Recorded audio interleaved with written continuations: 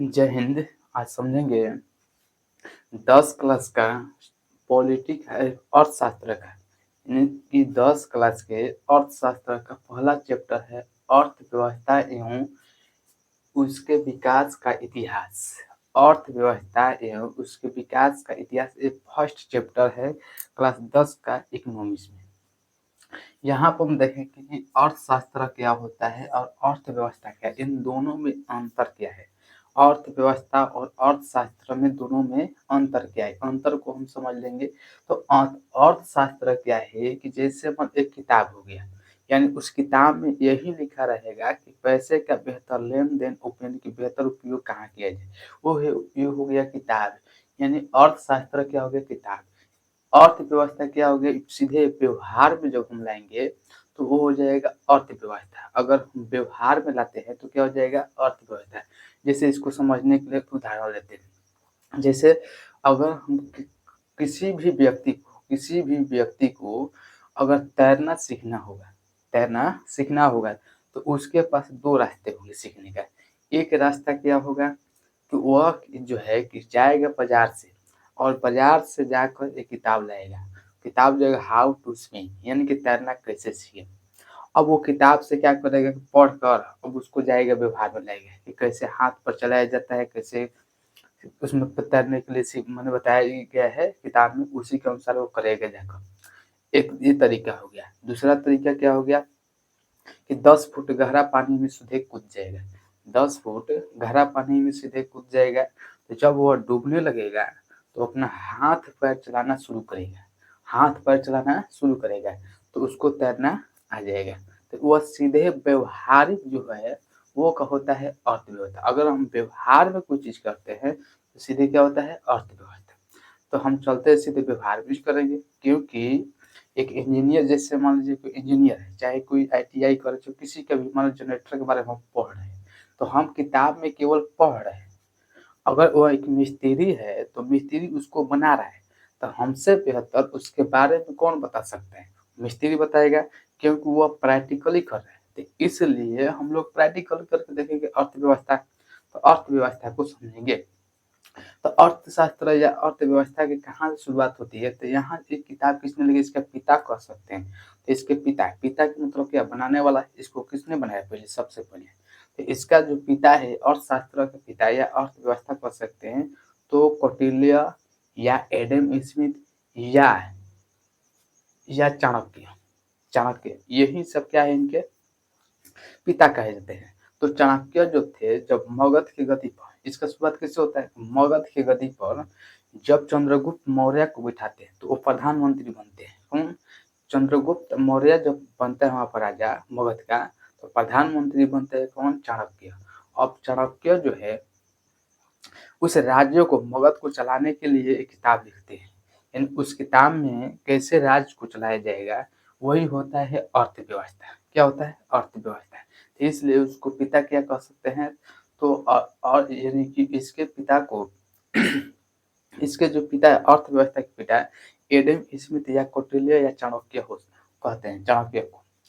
अब आगे देखेंगे अर्थशास्त्र, यानी कि अर्थव्यवस्था को कितने भागों में बांटा गया, इसका कैटेगरी कितनी कितनी है। तो अर्थव्यवस्था यानी आर्थिक क्रिया के आधार पर, किसके, आर्थिक क्रिया के आधार पर इस अर्थव्यवस्था को 3 भागों में बांटा गया है।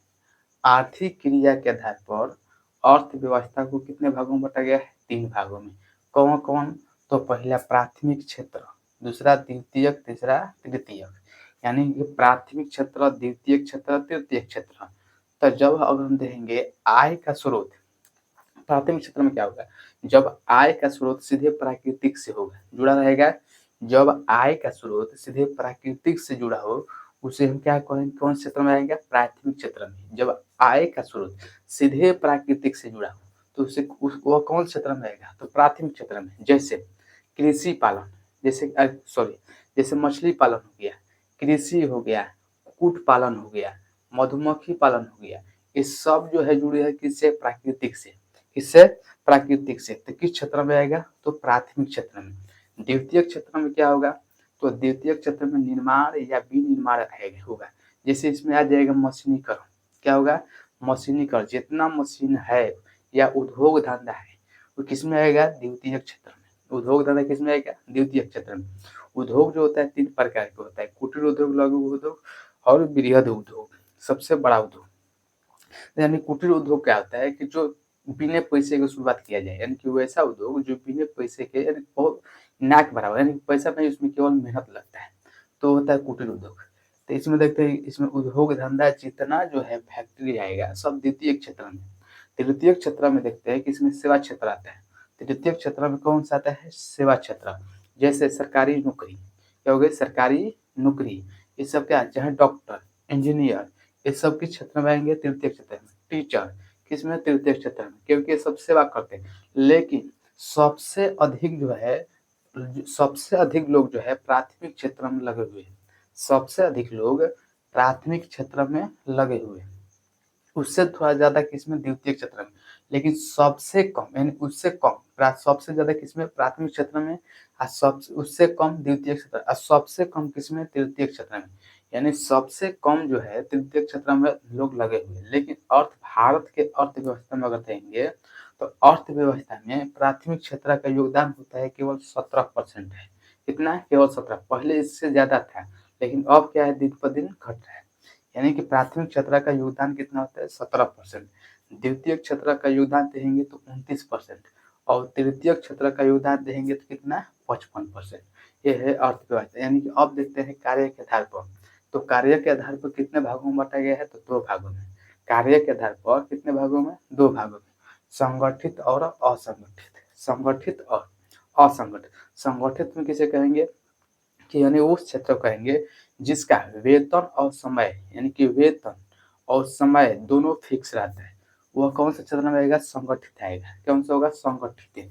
जैसे मान लीजिए हम हॉस्पिटल को लेते हैं, तो हॉस्पिटल जो है अगर कार्य आर्थिक क्रिया के आधार पर देखेंगे तो किस क्षेत्र में आएगा? तृतीय क्षेत्र में। लेकिन कार्य के आधार पर देखेंगे तो कार्य के आधार पर वो संगठित होगा। अगर बड़ा हॉस्पिटल है तो अगर हॉस्पिटल है तो किस क्षेत्र में आएगा? यानी संगठित में, क्योंकि इसका टाइमिंग फिक्स रहता है कि कितना टाइमिंग फिक्स रहेगा, कितने बजे ये खुलेगा और कितने बजे बंद रहेगा। इसमें काम करने वाले कर्मचारी जो भी होंगे, जैसे डॉक्टर हो गए, कोई जितना, जैसे गार्ड हो गया, जो भी उसमें काम करने वाले हॉस्पिटल में, सबकी सैलरी जो होती है फिक्स होती है। कौन? सबकी सैलरी फिक्स होती है। तो ये हो जाएगा कौन सा क्षेत्र? संगठित क्षेत्र में। लेकिन जब ये दोनों फिक्स नहीं रहेगा, ना कार्य फिक्स रहेगा और ना ही वेतन फिक्स रहेगा, यानी ना वेतन फिक्स रहेगा ना टाइमिंग फिक्स रहेगा, तो किस क्षेत्र में आएगा? असंगठित क्षेत्र में। किस क्षेत्र में? असंगठित क्षेत्र में आएगा। अब देखते हैं स्वामित्व के आधार पर। स्वामित्व के मतलब क्या होता है? अधिकार। स्वामित्व का मतलब क्या होता है? अधिकार। तो स्वामित्व के आधार पर स्वामित्व के आधार पर अर्थव्यवस्था कितने भागों में बांटा गया है? 4 भागों में। सार्वजनिक क्षेत्र, निजी क्षेत्र और संयुक्त क्षेत्र। चौथा क्या है? सहकारी क्षेत्र। तो सार्वजनिक क्षेत्र में देंगे तो उत्पादन के सभी कारक पर किसी निजी व्यक्ति का अधिकार हो, उसे सार्वजनिक क्षेत्र कहते हैं। अब देखते हैं उत्पादन, पहले समझ लेते हैं। तो उत्पादन क्या है? उत्पादन, तो उत्पादन के देखेंगे तो उत्पादन के 5 कारक।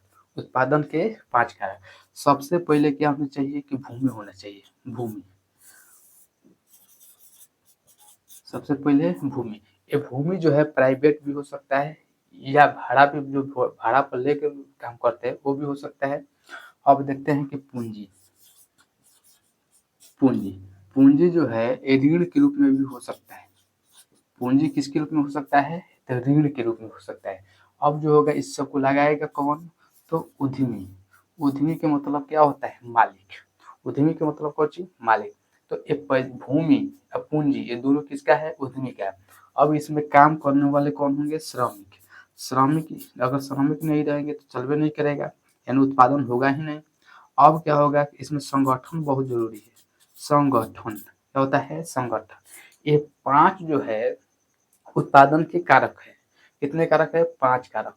अगर इस पांचों में से कोई भी एक भी गड़बड़ हुआ तो ये उत्पादन होना बंद हो जाएगा। जैसे मान लीजिए उत्पादन, भूमि है, पूंजी है, अब क्या होगा? भूमि भाग गया तो पूंजी कौन लगाएगा? उत्पादन हो जाएगा बंद। इन लोगों को, श्रमिकों को सैलरी कौन देगा? ये सब सारे उत्पादन क्या हो जाएंगे? बंद। अब देखते हैं यहाँ पर उत्पादन के सभी कारक पर किसी निजी व्यक्ति यानी सार्वजनिक को देखते हैं, उत्पादन के सभी कारक पर सरकार का अधिकार हो। सार्वजनिक और सरकार का अधिकार हो, यानी कि निजी व्यक्ति में क्या आएगा, पब्लिक सेक्टर, उसको इंग्लिश में क्या कहेंगे, पब्लिक सेक्टर, यानी उत्पादन के सभी कारक पर सरकार का अधिकार हो, उसे हम क्या कहेंगे, सार्वजनिक क्षेत्र। क्या कहेंगे, सार्वजनिक क्षेत्र। जैसे सार्वजनिक क्षेत्र के सबसे अगर बड़ी कंपनी देखेंगे तो रेलवे महारत्न है। क्या है, रेलवे महारत्न है। अब निजी क्षेत्र हम देखेंगे तो निजी क्षेत्र या इंग्लिश में इसी को बोलते हैं प्राइवेट सेक्टर। क्या बोलते हैं, प्राइवेट सेक्टर। तो इसमें उत्पादन के सभी कारक पर किसी निजी व्यक्ति का अधिकार हो। क्या हो, निजी व्यक्ति का अधिकार हो, उसे हम क्या कहेंगे, निजी क्षेत्र में आएगा। जैसे निजी क्षेत्र होगा, जैसे रिलायंस। क्या हो गया, रिलायंस, टाटा। जैसे अगर पूंजी के आधार पूछेगा कि पूंजी के आधार पर सबसे बड़ी कंपनी कौन है, तो रिलायंस। लेकिन क्षमता के आधार पर पूछेगा तो क्या बोलना है, टाटा। क्षमता के आधार पर टाटा, लेकिन पूंजी के आधार पर रिलायंस। क्या है, रिलायंस। टाटा जितना दान देता है उतना दान में तो कितने से कितना अंबानी खड़ा हो जाएंगे। अब संयुक्त देखते हैं, संयुक्त में क्या होगा कि सार्वजनिक यानी कि सरकार और निजी क्षेत्र दोनों रहेगा, यानी प्राइवेट का भी रहेगा उसमें शामिल और सरकार का भी हिस्सा। जैसे कोई भी निजी कंपनी, जैसे कोई प्राइवेट, जैसे निजी हो गया, कोई प्राइवेट कंपनी बन गया, अब उसका दिशा निर्देश कौन देती है, सरकार देती है। तो वह जो होता है प्राइवेट कहलाता है, यानी प्राइवेट सॉरी बोले निजी क्षेत्र कहलाता है, यानी संयुक्त क्षेत्र क्या कहलाएगा, ज्वाइंट सेक्टर। तो जैसे मेट्रो, मेट्रो। अब इसमें देखेंगे तो पीपीपी, इसको होता है पीपीपी, यानी पब्लिक प्राइवेट पार्टनरशिप। अभी जो भारत में तेजी से क्या हो रहा है, तेजी से पीपीपी हो रहा है, यानी पब्लिक प्राइवेट पार्टनरशिप। इसलिए देखना, लोग बोल रहे हैं कि मोदी जी रेलवे बेच रहे हैं, रेलवे बेचा नहीं जा रहा है, इसका पीपीपी किया जा रहा है, रेलवे का पीपीपी किया जा रहा है। इसका मतलब जो है आधे कुछ जो है प्राइवेट वालों को दिया जा रहा है, आधे जो है अपने पास सरकारें रख रही है। अब सहकारी में देखेंगे, सहकारी में वैसे क्षेत्र है, वैसे सहकारी क्षेत्र में वैसा उद्योग धंधा आएगा जिसका जो है जिसका जिसका संचालन जो है मैंने कम से कम 10 व्यक्ति मिलकर करेंगे। कम से कम कितना, 10 व्यक्ति मिलेंगे। जैसे कोऑपरेटिव बैंक। क्या हो गया, कोऑपरेटिव बैंक। अब यहाँ पर देखेंगे कि अर्थव्यवस्था सरकार के स्वामित्व के आधार पर कितने भागों में बांटा गया है, तो 3 भागों में। या ये कह सकते हैं कि पूरे विश्व में 3 ही प्रकार की अर्थव्यवस्था है। कितने, 3 ही प्रकार के अर्थव्यवस्था। जैसे पूंजीवादी अर्थव्यवस्था, समाजवादी अर्थव्यवस्था, मिश्रित अर्थव्यवस्था। पूंजीवादी, समाजवादी, मिश्रित अर्थव्यवस्था। अब पूंजीवादी देखते हैं कि यदि उत्पादन के सभी कारक पर सरकार का अधिकार होगा। किसका, सरकार का अधिकार होगा, सॉरी, उत्पादन के सभी कारक पर किसी निजी व्यक्ति का अधिकार होगा, उसे हम क्या कहेंगे, पूंजीवादी अर्थव्यवस्था। क्या कहेंगे, पूंजीवादी। इसमें सरकार का कोई हस्तक्षेप नहीं रहता है। जैसे अमेरिका में जो अर्थव्यवस्था है कैसी है, पूंजीवादी अर्थव्यवस्था है। देखेंगे कि अमेरिका में जो है गरीबी, अगर आगे सेक्शन में पढ़ेंगे गरीबी, तो अमेरिका में गरीबी जो है गरीब उसको माना जाएगा जिसके पास कार नहीं है। ये जबकि भारत में वैसा नहीं है। अमेरिका में जिसके पास कार नहीं है वही व्यक्ति क्या आएगा, गरीब के श्रेणी में आएगा। यानी अमेरिका जो है पूंजीवादी अर्थव्यवस्था है। कैसी अर्थव्यवस्था। जापान में भी क्या है, पूंजीवादी है। कनाडा में भी क्या है, पूंजीवादी है। ऑस्ट्रेलिया में भी क्या है, पूंजीवादी है। अब समाजवादी देखते हैं, यदि उत्पादन के सभी कारक पर किसी इस उत्पादन के सभी कारक पर सरकार का अधिकार हो, उसे हम बोलेंगे समाजवादी अर्थव्यवस्था। क्या बोलेंगे, समाजवादी अर्थव्यवस्था। उत्पादन के सभी कारक पर सरकार का अधिकार हो, उसे हम क्या कहेंगे, समाजवादी अर्थव्यवस्था। जैसे चीन और क्यूबा में कैसी है, समाजवादी अर्थव्यवस्था। अब यहाँ पर देखेंगे पूंजीवादी अर्थव्यवस्था में केवल पूंजीपतियों को ध्यान में रखा जाता है, लेकिन समाजवादी में जनता को ध्यान में रखा जाता है। मिश्रित अर्थव्यवस्था में क्या होगा कि इसमें पूंजीवादी और समाजवादी दोनों, यानी कि कुछ हद तक सरकार का भी अधिकार होगा, कुछ हद तक प्राइवेट वालों का भी अधिकार होगा। तो वैसे में क्या होगा, मिश्रित अर्थव्यवस्था। जैसे भारत जो है, भारत में कैसी अर्थव्यवस्था है, तो मिश्रित अर्थव्यवस्था है। कैसी? मिश्रित अर्थव्यवस्था है। अब आगे देखेंगे कि अर्थव्यवस्था का विकास, तो अर्थव्यवस्था के विकास में आर्थिक विकास और मौद्रिक विकास को देखेंगे। अर्थव्यवस्था के विकास में आर्थिक विकास और मौद्रिक विकास। आर्थिक विकास का मतलब क्या होता है कि अपने देश के अर्थव्यवस्था को ऊंचाई तक ले जाना। आर्थिक विकास में क्या होगा कि अपने देश के अर्थव्यवस्था को एकदम ऊंचाई तक ले जाना।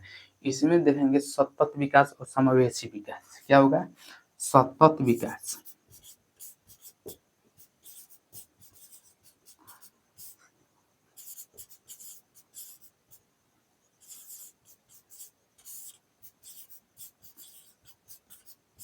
समावेशी विकास। सतत विकास नहीं है कि वैसे विकास जो अभी वर्तमान स्थिति को देखते हुए भविष्य को भी देखा जाता है कि भविष्य भी आगे, यानी कि फ्यूचर, आने वाला फ्यूचर जो है अच्छा से चले, यानी फ्यूचर को ध्यान में रखकर वो विकास किया जाता है। सतत विकास, यानी सतत विकास जो है ये जो है टिकाऊ भी रहता है। क्या होता है? टिकाऊ रहता है, यानी कि ऐसा होना चाहिए कि टिकाऊ हो, ऐसा विकास हो कि जो लंबे समय तक क्या होना चाहिए? टिकाऊ। यानी कि अभी भी वर्तमान के साथ साथ भविष्य को भी इसमें देखा जाता है, यानी फ्यूचर को भी देखा जाएगा। लेकिन समावेशी विकास क्या है? तो समावेशी विकास में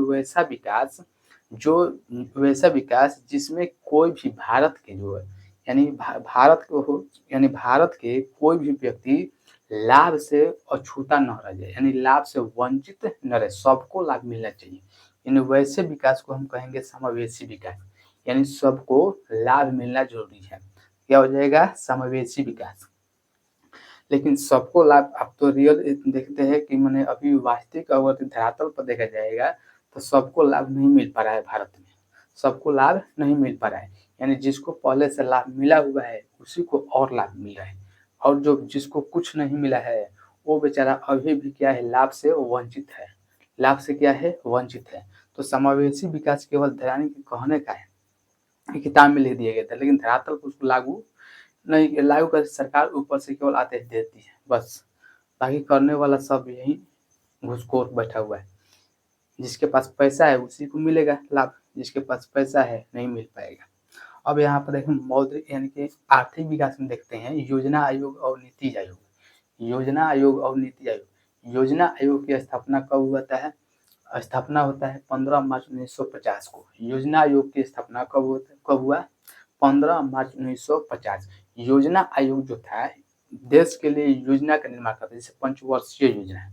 5 साल के लिए योजना बनाता था कि 5 साल में कहाँ कितना विकास करना है, यानी किस क्षेत्र में विकास करना है, ये योजना बनाता था 5 साल के लिए।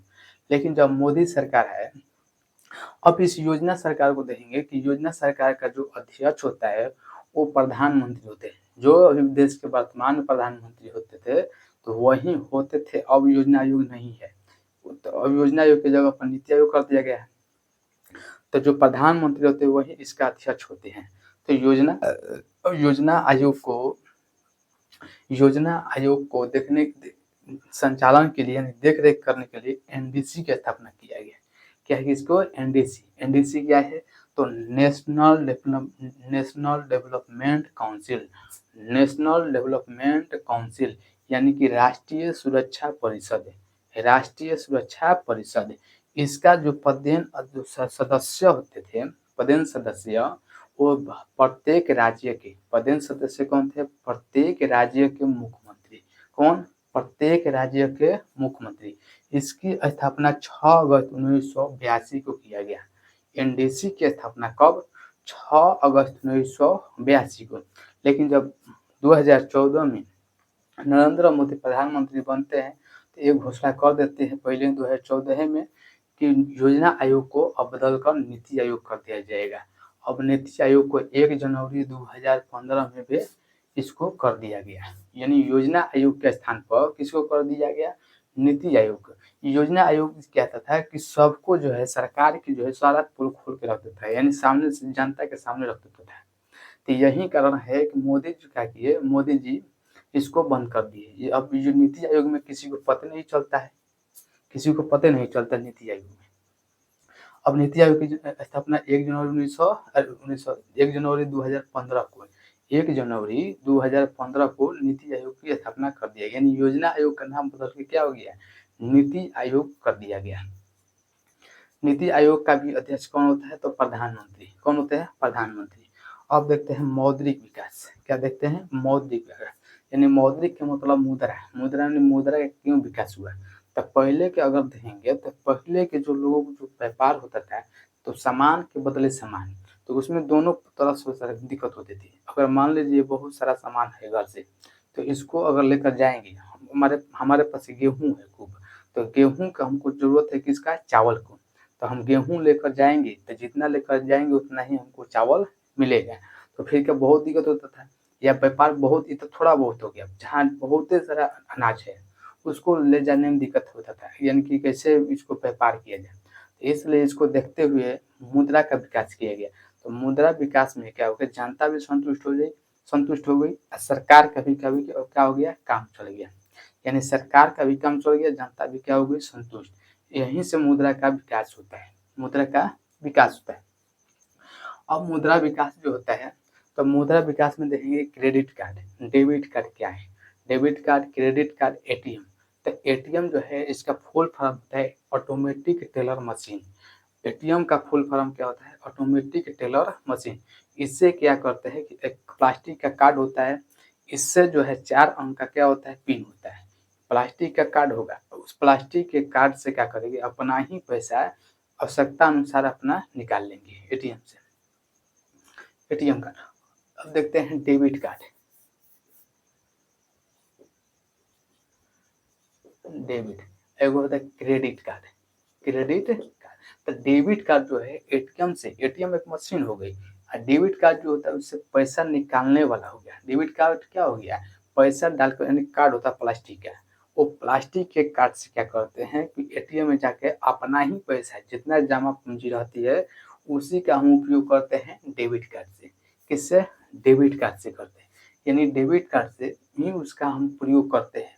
अब क्रेडिट कार्ड में क्या होती है कि सरकार उसमें पैसा रहता है, या सरकार द्वारा पैसा उसमें, यानी कि बैंक द्वारा पैसा उसमें रहता है, कार्ड रहता है, उसमें फिक्स मैन जो है फिक्स मनी रहता है, यानी कितना रुपए के कितने का क्रेडिट कार्ड लेना है, तो कितने का, जैसे 1 लाख 2 लाख क्रेडिट कार्ड लेना है। अब उसको क्या किया जाएगा कि उसका खर्च करेगा, क्रेडिट कार्ड से पैसा खर्च कर लेगा, लेकिन बाद में बैंक क्या करेगी? उसी के अकाउंट से उस पैसा को अपना काट लेगी, यानी उसी पैसा को, यानी क्रेडिट में जितना पैसा दी है उस पैसा को बैंक जो है फिर अपना उसके अकाउंट से काट लेगी। अब आगे पढ़ेंगे आय के बारे में। आगे किसके बारे में? आय के बारे में, कि आय कितने प्रकार की, यानी कि आय क्या है।